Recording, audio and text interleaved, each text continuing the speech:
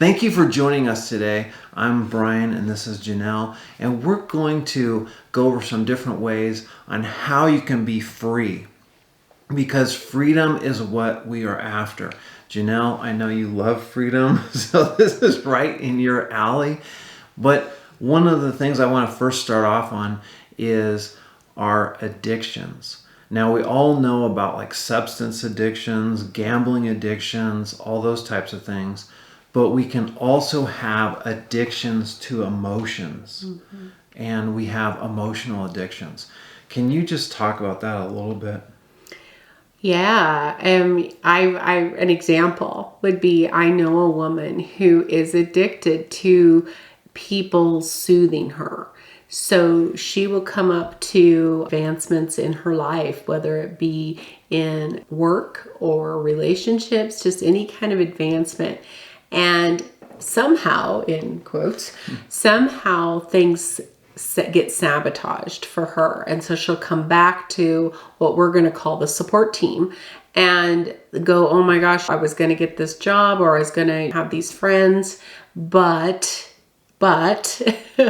here's the self-sabotaging. There was self-sabotaging behavior, but this failed for these different reasons.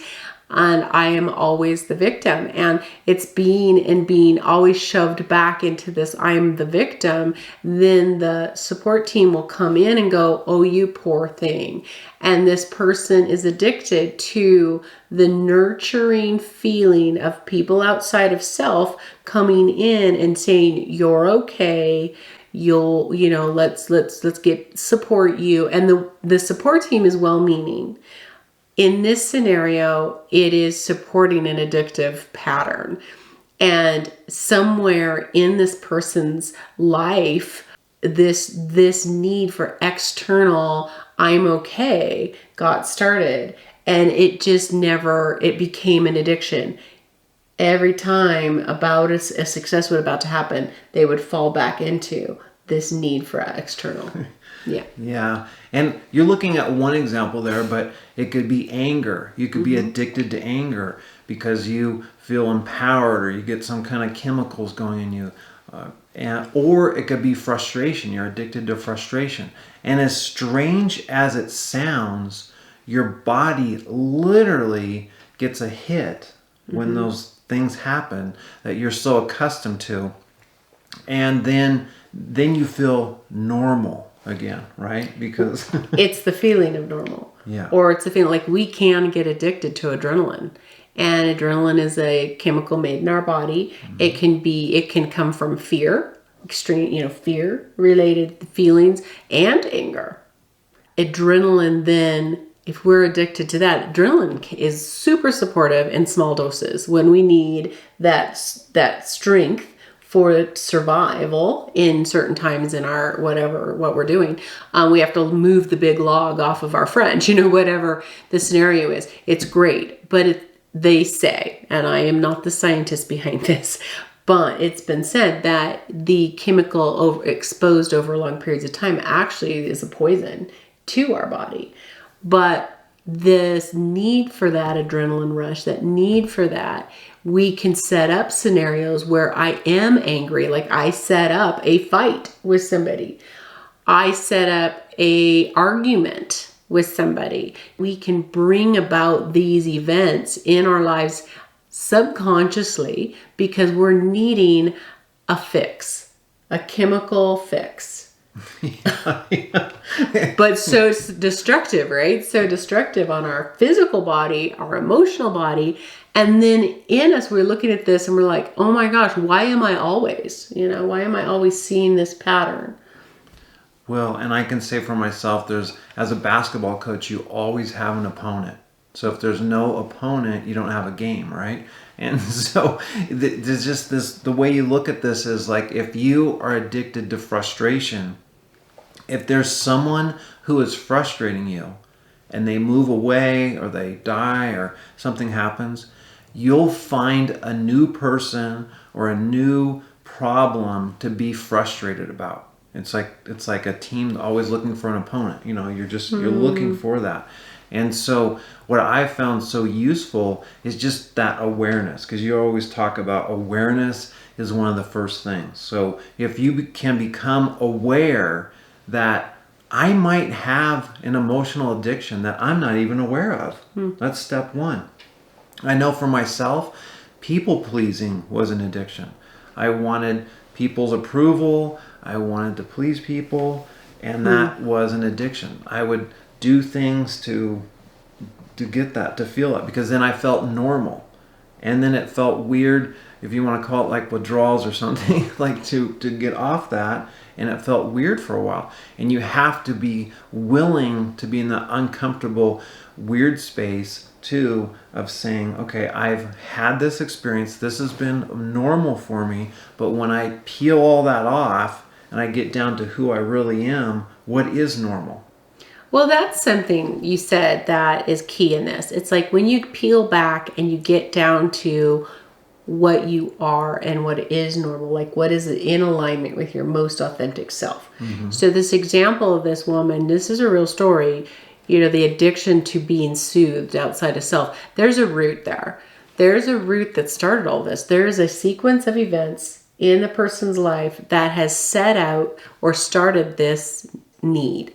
And in this person's life, my example that I've been sharing with you, she, at a very young age, experienced circumstances that caused her to doubt who she was. Who am I? Can I trust my instincts? Can I trust my choices? I can't. There were different things that she perceived, events that said, no, you can't trust yourself. And so many of us experienced that. And I know when I was in a little gal, just really little.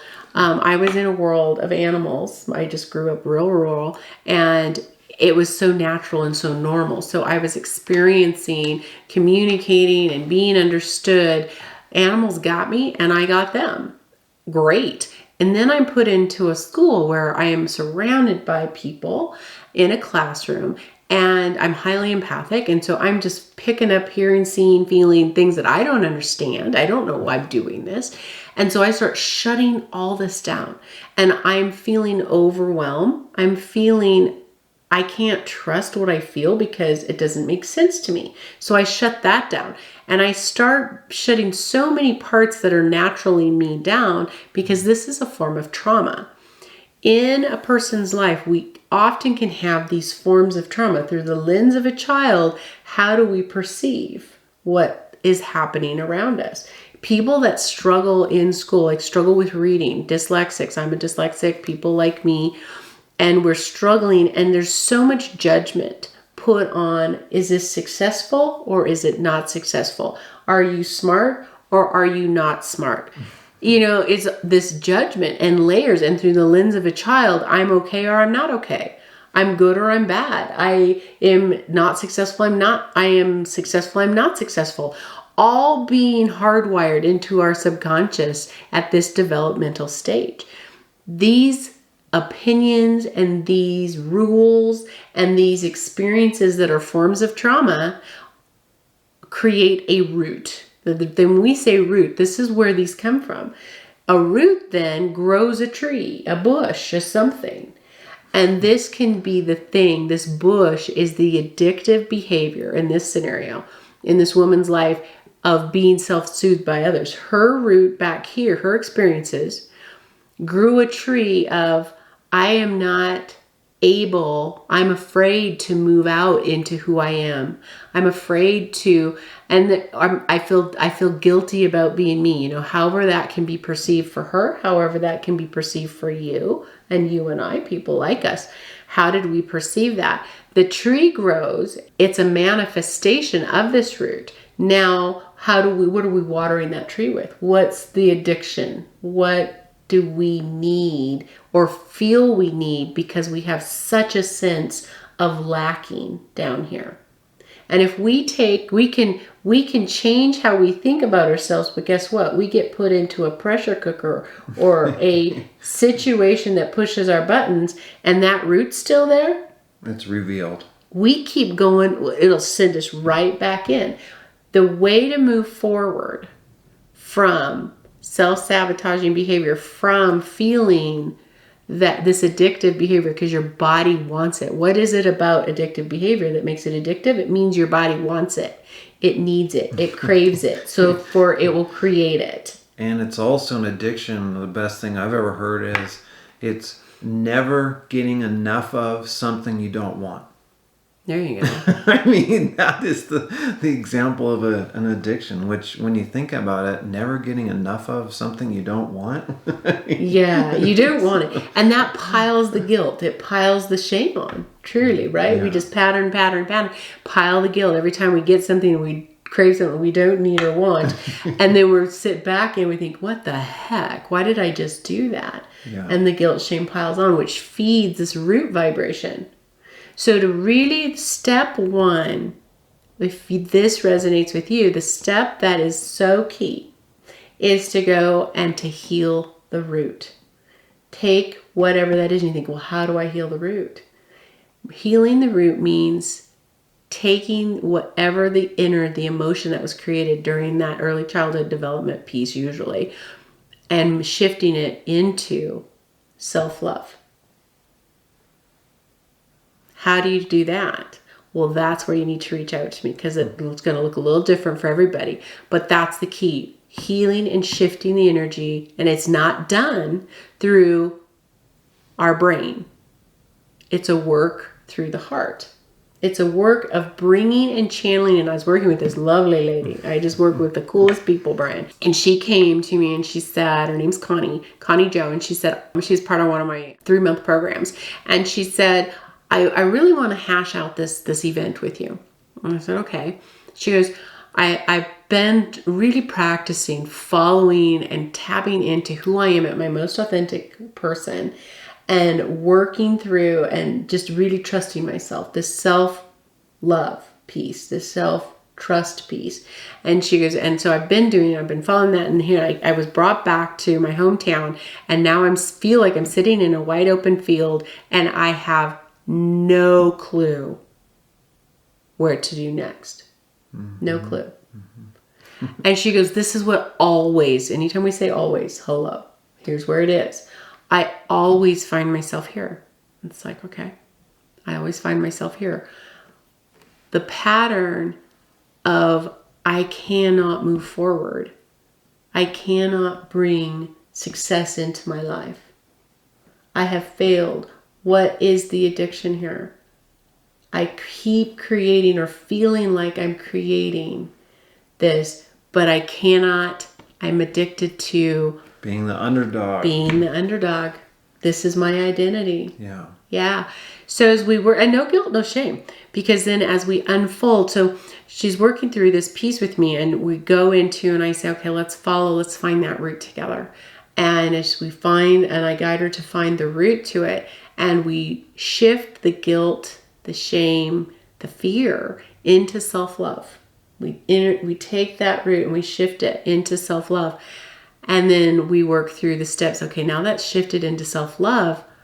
What do you feel about yourself when you see yourself succeeding? She was like, well, I'm okay. I'm okay as a successful person. So it's so cool when we get to that root, the thoughts change. Now we're going to go. They're stemming all from that. They're stemming from it. Yeah. And we can work on thoughts, which isn't bad. I'm not saying that's a bad thing. Mm-hmm. But it takes so much longer if we don't get down to why that thought even exists in the first place. And that just makes sense. Why does that exist in the first place? So, yeah.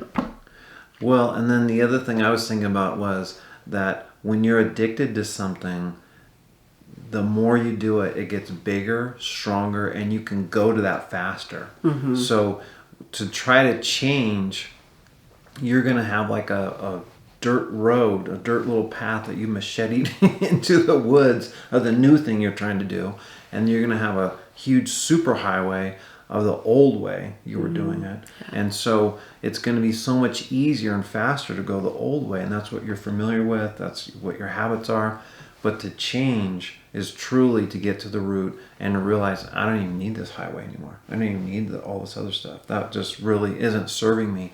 You know, having a fast track to anger or a fast track to frustration or a fast track to feeling inadequate. I mean, what good is that? That doesn't help you in any way. No.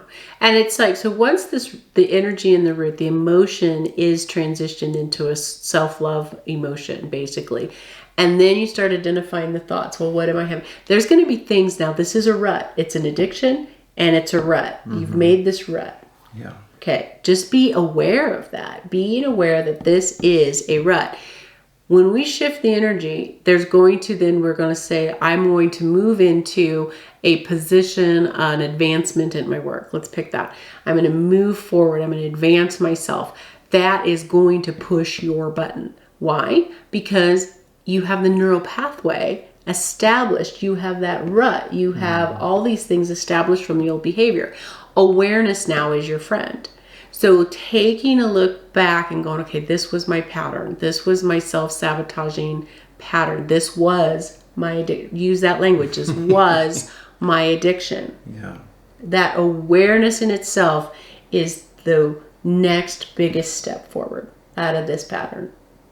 Yeah, and I know, like, in preparing for this video, I looked up Michelangelo's quote, and he talked about how he saw the statue inside the stone before it was ever brought to life, okay? But he saw it in there.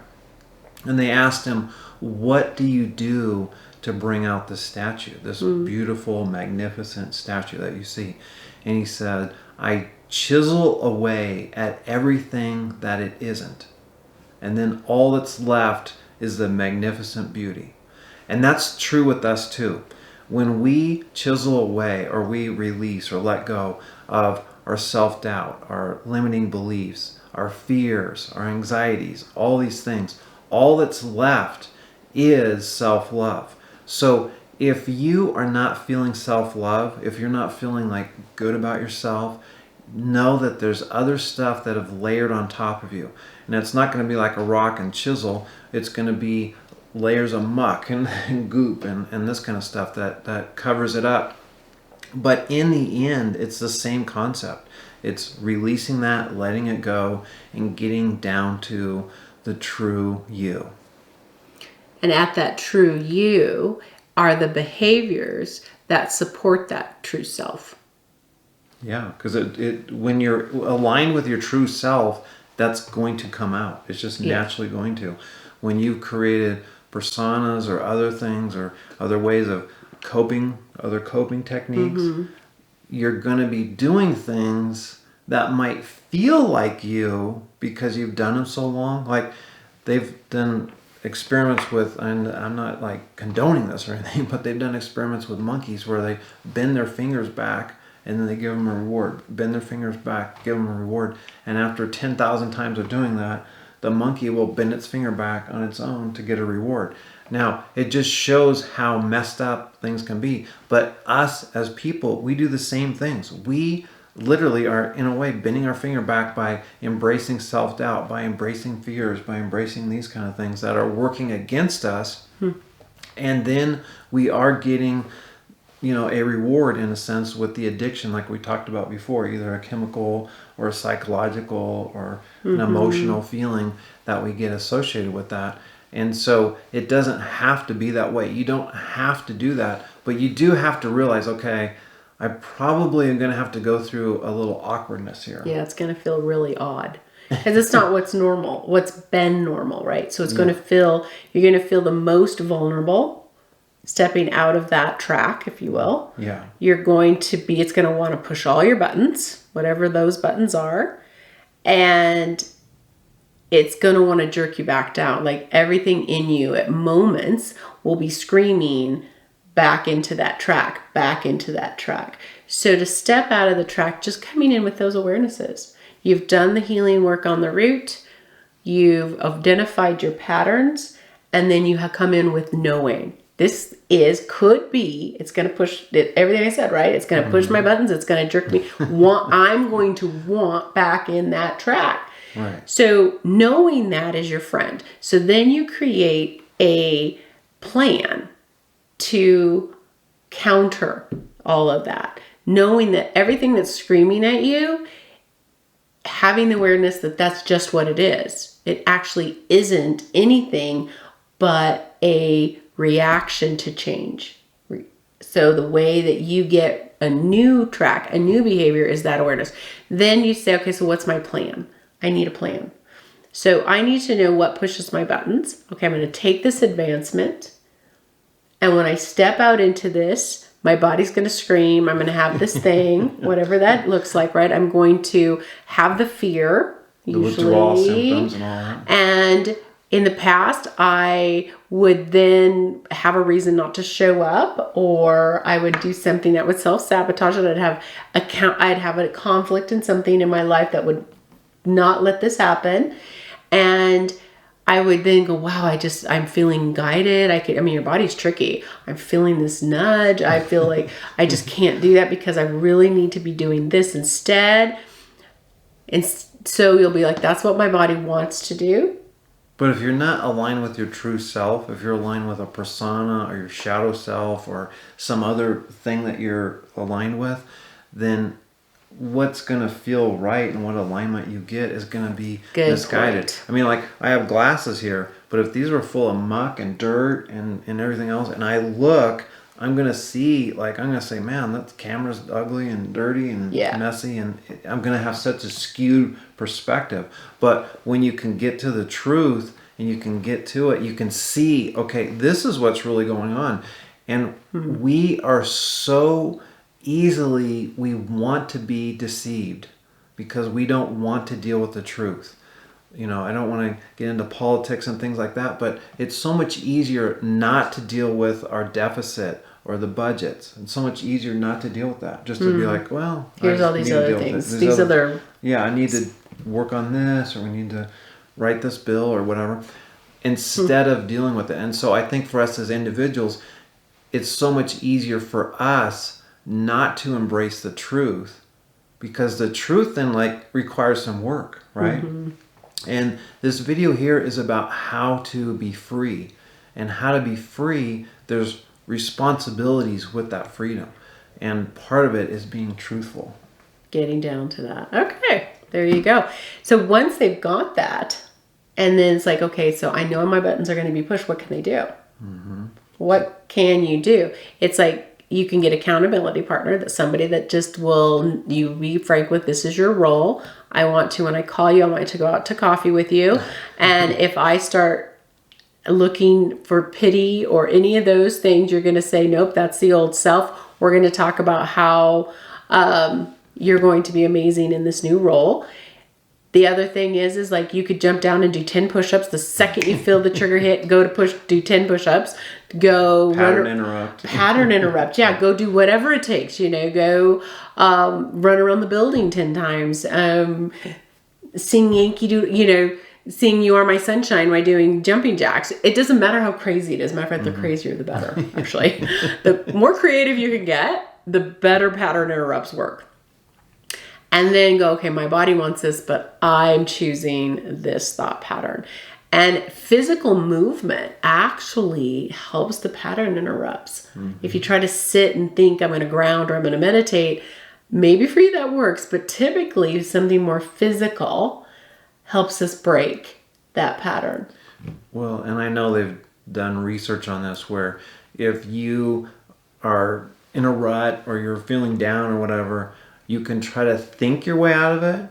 But just like you said, if you go out and run or do some gardening or do something else physical, that is more likely to change you. And they've done studies on simply smiling, okay?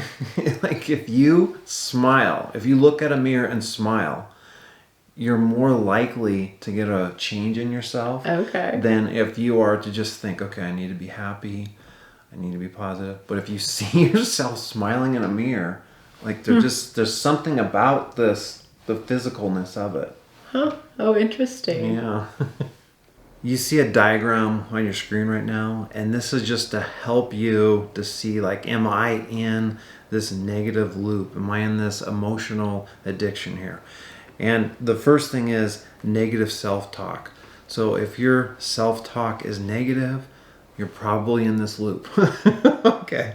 The next one is fear and avoidance. Are there things that you are fearing? Like, are you fearing someone judging you or fearing being a failure? And then does that turn into avoiding it? Third, we have reinforcing limiting beliefs. Are you avoiding challenges? And is each failure or avoidance proof that you're incapable? Okay. Then we go to number 4, you're stuck and or you're stressed. So this is where you feel overwhelmed, you feel trapped, and then that just leads into more negative self-talk. So if you're in this loop right here, you probably have an emotional addiction. Yep. The other one you want to be on and that you can work towards is a self-love cycle. So you have positive self-talk, you're taking action and embracing challenges, whether that's like applying for a new job or whatever it might be. You're reinforcing empowering beliefs. And then lastly, you have emotional freedom and growth. And that leads into positive self-talk. So you can see the contrast between these two. One is kind of a spiral downwards. The other one is a spiral upwards. That's helpful because then it's like we can really start taking a note of what are we saying. Just stop and hear, what did I just say in my head? Yeah, so we're looking for patterns, and we're also, what helps us tap into that is what am I saying in my head? What belief would that be coming from? What belief do I have about myself that would be coming from? And do I see that as a pattern? There you go. You found it. When you start here, now you're looking for and you're creating for yourself. So when you're strategizing and going, okay, I want to create a new addiction, if you will. I want to create a new pattern for myself, one that's more in line with me, then and in support of who I am as an individual. Then you're going to be looking for things like positive self-talk. What belief would form that positive self-talk? So creating the beliefs, create the positive self-talk that create my actions. Now you're really talking about that reinforces, because your actions give you feedback. There's your experience piece, give you feedback, which create, I love chocolate cake. Just say it. If you want to do something good for me, give me death by chocolate cake with a really good cup of coffee. And I have an emotional reaction to that because I've had a lot of experience of cake that's great, cake that's not great. And I'm like, no, I know what I like. And this is what you'll have. So you'll have an experience. Your actions will create an experience, and your experience then will create a reinforcing emotion to that positive belief that reinforces the self-talk, and you start that new pattern. And that's how we shift, the final step in shifting. If you have any questions on this, reach out to Janelle, and your email is Janelle@janelleray.com. And we'll put that in the comments, and we'll put that in the description. Cool. And if they need to reach out to you, you can leave me a comment, or you can email me at optimizers.unlimited@gmail.com. Thanks for joining us. We look forward to you writing comments, clicking like, and subscribing if you haven't already.